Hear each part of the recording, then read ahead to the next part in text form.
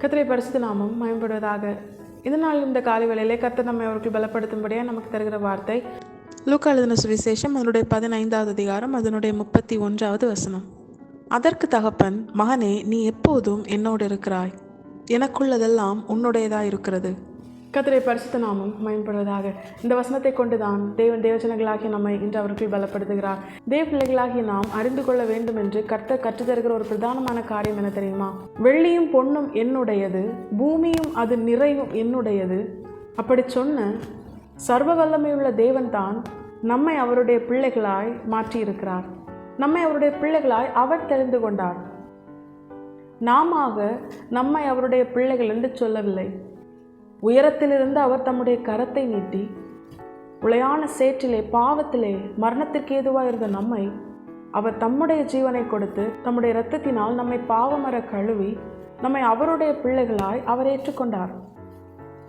அப்பா பிதாவே என்று கூப்பிடத்தக்கதான புத்திர சுவிகாரத்தின் ஆவியை நமக்கு தந்திருக்கிறார். அந்த தேவன் சொல்லுகிறார், நான் உன்னுடைய தகப்பனாய் இருக்கிறேன், நீ என்னுடைய பிள்ளையாய் இருக்கிறாய் என்று சொல்லுகிறார்.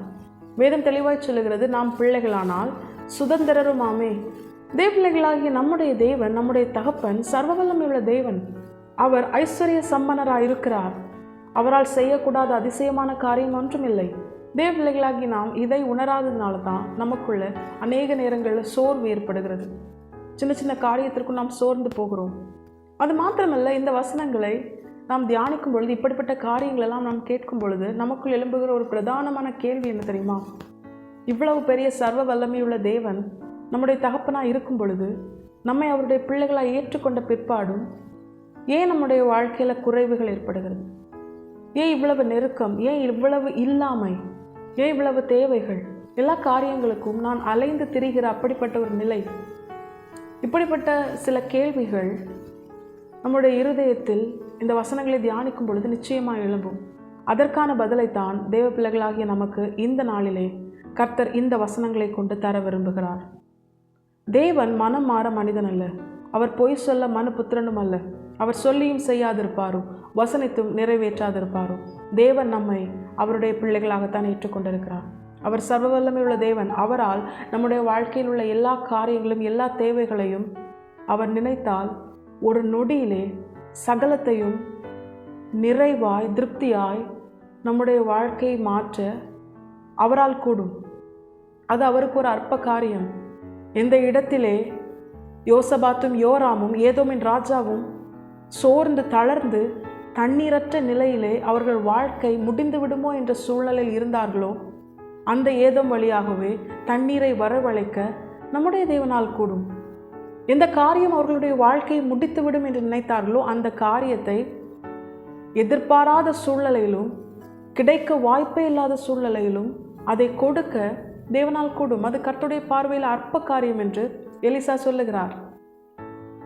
நம்முடைய வாழ்க்கையில் அப்படித்தான். இன்று எந்தெந்த காரியங்கள் நமக்கு பெரிய தேவையாக இருக்கிறதோ, நம்முடைய வாழ்க்கையை சோர்வடைய பண்ணுகிறதோ, அலைந்து திரிகிற அப்படிப்பட்ட ஒரு நிலை நமக்கு ஏற்படுத்துகிறதோ, இவை எல்லாவற்றையும் சந்திப்பது நம்முடைய தேவனுக்கு ஒரு அற்ப காரியம். ஏன்னா அவர் சர்வ வல்லமையுள்ள தேவன். தம்முடைய ஜீவனை, தம்முடைய சொந்த குமாரனை நமக்காக தந்தவர். மற்ற எல்லாவற்றையும் அருளாதிருப்பது எப்படி? இது எல்லாமே உண்மையான காரியம்தான், சத்தியம்தான். ஆனால் இன்னும் இவைகள் நம்முடைய வாழ்க்கையில் நடக்காமல் போனதற்கான காரணம் என்ன? இன்னும் இந்த வார்த்தைகளின் ஆசீர்வாதத்தை, சுதந்திரத்தை நாம் பெற்றுக்கொள்ளாமல் இருப்பதற்கான காரணம் என்ன தெரியுமா? இந்த வசனம் எப்படி துவங்குகிறது? அந்த மூத்த குமாரனை நோக்கி தகப்பன் சொல்லுகிற காரியம் என்ன தெரியுமா? மகனே, நீ எப்பொழுதும் என்னோடு கூட இருக்கிறாய், என்னுடையது எல்லாம் உன்னுடையதாக இருக்கிறது. எவன் ஒருவன் தேவனோடு இணைந்து வாழ்கிறானோ, எவன் ஒருவன் தேவனுக்கு பிரியமாய் வாழ்கிறானோ, எவன் ஒருவன் தேவ சித்தம் செய்யும்படியாய் தன்னை முழுமையாய் அர்ப்பணித்து வாழுகிறானோ, தேவனுக்காக வாழுகிறானோ, அவனுடைய வாழ்க்கையில் தான் எல்லா காரியத்தையும், அவனுடைய ஆவி, ஆத்மா, சரீரம், ஆவிக்குரிய வாழ்க்கை, பூமிக்குரிய வாழ்க்கை, ஊழியம், சகலத்திற்கான தேவையும் அவன் அலைந்து தெரியாமலே தேவன் அவனுக்கு கொடுப்பார். பஞ்ச காலமாக இருந்தாலும் அவன் விதைத்தால் அவனை 100 மடங்கு ஆசீர்வதிப்பார். சர்வ வல்லமையுள்ள தேவன். அவர் நம்மிடத்தில் எதிர்பார்ப்பது ஒன்றே ஒன்றுதான், நாம் எப்பொழுதும் அவரோடு கூட இருக்க வேண்டும். ஆஸ்தியிலே அவனுக்குரிய பங்கை கொடுத்த பிற்பாடும், சொல்லப்போனால் மூத்த குமாரனுக்கு அதிகமாகத்தான் கொடுக்கப்பட்டிருக்கும். ஏன்னா அவன் சேஷ்டபுத்திரன். அப்படி அதிகமான பங்கை அதிகமான ஆஸ்தியை பெற்றுக்கொண்ட பிற்பாடும் அந்த மூத்த குமாரன் தகப்பனோடு கூட இருக்கிறான். தகப்பனை விட்டு பிரிந்து செல்ல அவனுக்கு மனதில்லை. அவன் ஆஸ்தியை அல்ல, தகப்பனை நோக்கி பார்க்கிறான். ஒரு தேவைனா கூட தகப்பன் கொடுத்தால் அதை வாங்கிக் கொள்கிறான். தன்னுடைய சுயத்தையும் தன்னுடைய சுய விருப்பத்தையும் தன்னுடைய மனமும் மாம்சம் எதிர்பார்க்கிற காரியங்களையும் தன்னுடைய கால் போன போக்கிலும் அவன் வாழாமல் தகப்பனை சார்ந்து தகப்பனுடைய விருப்பத்திற்கேற்க தகப்பனுடைய விருப்பத்தை செய்ய தகப்பனை பிரியப்படுத்தி தகப்பனோடு இணைந்து வாழ்கிறான். அந்த மகனை பார்த்துதான் தகப்பன் சொல்லுகிறான், மகனே, என்னுடையது எல்லாம் உன்னுடையதாக இருக்கிறது. அந்த குமாரனுக்கு எந்த குறைவும் இல்லை. இளைய குமாரன் பன்றிக்கு வைத்திருந்த தவிடை கூட அவன் பெற்றுக்கொள்ள முடியாத அப்படிப்பட்ட ஒரு மோசமான நிலையில் இருந்தான். ஆனால் மூத்த குமாரனுக்கு எந்த காரியமும் குறைவுபட்டதாய் வேதம் சொல்லவில்லை. தகப்பனுடையது எல்லாம் அவனுடையதாக இருந்தது. நம்முடைய வாழ்க்கையிலும் தேவனோடு கூட இணைந்து வாழ்கிறோமா?